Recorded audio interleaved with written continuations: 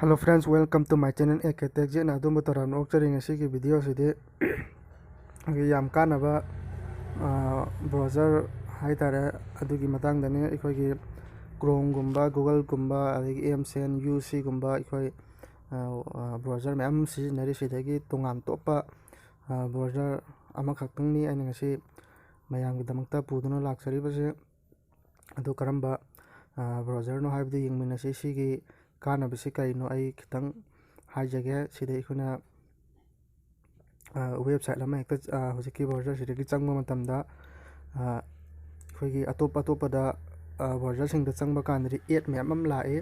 ado hojiki hariba browser sida changba kanari ad am phula oi ado yengminase kamai tawbuno haibido video ase loibam tang yengbiyo yamna nungaigani khalle do aino je haijariba browser do sida leire brave sigi brave hariba browser sini hejangbi matungda first amda koi sumene laigani aduda sida so adu masana thadu leire one hand tracker blockade line taw leire ai sida khwaidagi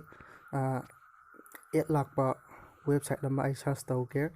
ikoi bitmap kumba uc gumba si yamna ad yamla e adumba kai sugumba gi website ta changma matamda adu ai sidagi changaga kai dawbra yengsi ad lakbra yengsi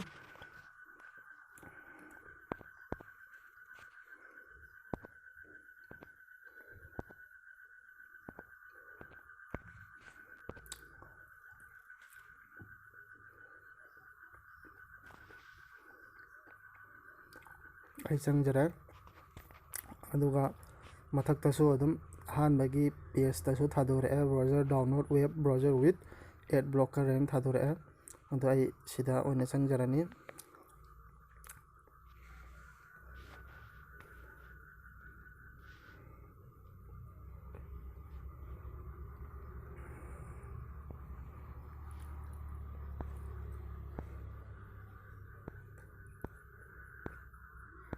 hojik ampu sidi ad lampu tholak tare ado atopa ama amuk changaga yengse sigi uc gi sida uc web sida changase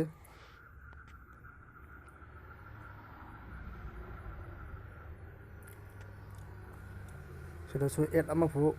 laktre koi sida nammo adom virus laire khotle kaina ikoi phone da atopa website changma matamda thadurpa kholakpa yawi dana ikoi nangi phone je virus laire khotle gaina mayam yorokpa yawda am sida laktre nang sida hojik adom download tawge asu sida girum yare download ke icon thola laire back chacharage aduga sigi kana bamna amka kaino haib kanda kana youtube tay khona video isai yengma matamda adudagidi back chappa matamda isai do mutli ado aina sida hojik sidagi youtube ta changaga isai thaba matamda isai do mutloi ado youtube to sida laijare ado sidagi noina apamba isai ama adum khallaga kaidoba yai ai ado ai gidi hojik isai sidagi thaba yaroi hai maramde kaino hai kanda isai hojik tharaga aina noida ullu matamda copyright lakani ado ai formula ado kamai tawbano haibudo ai taksage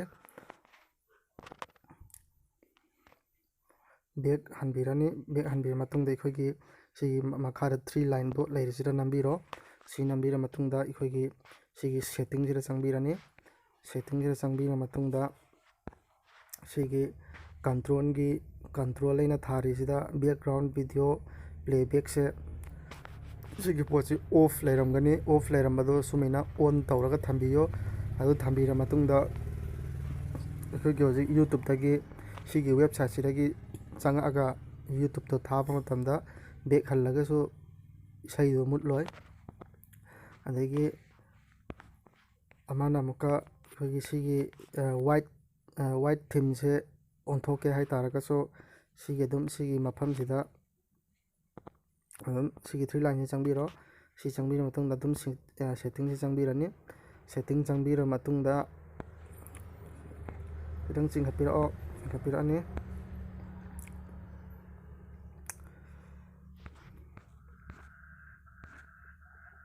ꯁꯤꯒꯤ display ꯍꯥꯏꯅ ꯂꯩꯔꯤꯁꯦ ꯁꯤꯒꯤ ꯗꯤꯁꯄ꯭ꯂꯦꯁꯤꯗ ꯅꯝꯕꯤꯔꯅꯤ ꯑꯗꯨꯒꯤ ꯃꯇꯨꯡꯗ ꯊꯤꯝ ꯍꯥꯏꯅ ꯂꯩꯔꯦ ꯊꯤꯝꯁꯤꯗ ꯑꯩꯈꯣꯏꯅ ꯗꯥर्क ꯃꯨꯠꯇ ꯊꯝꯒꯦ ꯍꯥꯏꯔꯒꯁꯨ ꯌꯥꯔꯦ ꯗꯥर्क ꯃꯨꯠꯇ ꯂꯩꯈ꯭ꯔꯅꯤ ꯁꯤꯒꯤ ꯋꯦꯕꯁꯥꯏꯠꯁꯤ ꯌꯥꯝꯅ ꯀꯥꯟꯅꯕ ꯋꯦꯕꯁꯥꯏꯠꯅꯤ ꯁꯤꯒꯤ ꯑꯦꯄ꯭ꯂꯤꯀꯦꯁꯟꯁꯦ ꯑꯗꯨꯅ ꯑꯩ ꯃꯌꯥꯝꯗ ꯁꯤꯖꯤꯟꯅꯅꯕ ꯁꯨ ꯑꯗꯨꯝ ꯍꯥꯏꯖꯕꯗ ꯀꯩꯁꯨ ꯀꯥꯏꯔꯣꯏ ꯃꯔꯝꯗꯤ ꯀꯩꯒꯤꯅꯣ ꯍꯥꯏꯀꯥꯟꯗ ꯁꯤꯗ ꯑꯗꯣꯝꯅ ꯑꯦꯅꯤ ꯋꯦꯕꯁꯥꯏꯠ ꯆꯪꯕ ꯃꯇꯝꯗ ꯃꯌꯥꯝꯅ ꯆꯪꯕ ꯌꯥꯗꯕ ꯋꯦꯕꯁꯥꯏꯠ ꯅꯪꯅ ꯄꯥꯝꯃꯤꯕ ꯋꯦꯕꯁꯥꯏꯠꯇꯣ ꯑꯇꯣꯞꯄ ꯕ꯭ꯔꯥꯎꯖꯔꯗꯒꯤꯗꯤ ꯆꯪꯕ ꯌꯥꯗꯕꯗꯣ ꯁꯤꯗꯒꯤꯗꯤ ꯑꯗꯨꯝ ꯌꯥꯅꯤ ꯑꯗꯨꯒ ꯁꯤꯗ ꯐꯦꯛꯀꯤ ꯄꯣꯠ ꯑꯃꯐꯥꯎꯁꯨ ꯁꯤꯗ ꯐꯦꯛꯀꯤ ꯋꯦꯕꯁꯥꯏꯠꯁꯨ ꯑꯃꯐꯥꯎ ꯁꯤꯗ ꯅꯣꯏꯅ ꯀꯩꯗꯧꯔꯣꯏ ꯁꯤꯗ ꯂꯣꯏꯅ ꯕ꯭ꯂꯣꯛ ꯇꯧꯔꯒ ꯃꯁꯥꯅ ꯑꯣꯇꯣꯃꯦꯇꯤꯛꯂꯤ ꯊꯝꯈ꯭ꯔꯅꯤ ꯑꯁꯦꯡꯕ ꯋꯦꯕꯁꯥꯏꯠꯇꯣ ꯑꯗꯨ ꯈꯛꯇꯅꯤ ꯁꯤꯗ ꯁꯤꯒꯤ ꯕ꯭ꯔꯥꯎꯖꯔꯁꯤꯅ ꯑꯦꯛꯇꯤꯚꯦꯠ ꯇꯧꯔꯒ ꯊꯝꯃꯤꯁꯦ ꯑꯗꯨꯅ ꯁꯤꯒꯤ ꯕ꯭ꯔꯥꯎꯖꯔꯁꯤ ꯌꯥꯝ ꯀꯥꯟꯅꯕ ꯕ꯭ꯔꯥꯎꯖꯔꯅꯤ ꯑꯗꯣ ꯑꯩ ꯁꯤꯒꯤ ꯑꯦꯄ꯭ꯂꯤꯀꯦꯁꯟꯁꯤꯒꯤ ꯂꯤꯡꯁꯨ ꯑꯩ ꯚꯤꯗꯤꯑꯣꯒꯤ ꯗꯤꯁꯀ꯭ꯔꯤꯞꯁꯟꯗ ꯄꯤꯖꯒꯦ ꯑꯗꯨ ꯅꯠꯇ꯭ꯔꯒꯅ ꯅꯣꯏꯅ ꯗꯥꯏꯔꯦꯛ ꯗꯥꯎꯟꯂꯣꯗ ꯇꯧꯕ ꯄꯥꯝꯃꯒꯅ ꯄ꯭ꯂꯦ ꯁ꯭ꯇꯣꯔꯗꯒꯤ ꯆꯪꯉꯒꯁꯨ ꯑꯗꯨꯝ ꯗꯥꯎꯟꯂꯣꯗ ꯇꯧꯕ ꯌꯥꯅꯤ ꯕ꯭ꯔꯦꯞ ꯕ꯭ꯔꯥꯎꯖꯔ ꯍꯥꯏꯅ ꯑꯗꯨꯝ ꯍꯥꯏꯔꯒ ꯑꯗꯣ ꯑꯩ ꯉꯁꯤꯒꯤꯗꯤ ꯚꯤꯗꯤꯑꯣꯁꯤ ꯁ꯭ꯋꯥꯏꯗ ꯁꯨꯝ ꯂꯣꯏꯁꯤꯟꯖꯔꯒꯦ ꯑꯗꯣ ꯑꯩꯒꯤ ꯚꯤꯗꯤꯑꯣ ꯑꯁꯤꯕꯨ ꯂꯥꯏꯛ ꯇꯧꯕꯤꯌꯨ ꯑꯃꯗꯤ ꯑꯩꯒꯤ ꯆꯦꯅꯦꯜ ꯑꯁꯤꯕꯨ ꯁꯕꯁꯀ꯭ꯔꯥꯏꯕ ꯇꯧꯕꯤꯌꯨ ꯑꯁꯤꯒꯤꯗꯃꯛꯇꯗꯤ ꯁ꯭ꯋꯥꯏꯗ ꯁꯨꯝ ꯂꯣꯏꯁꯤꯟꯖꯔꯒꯦ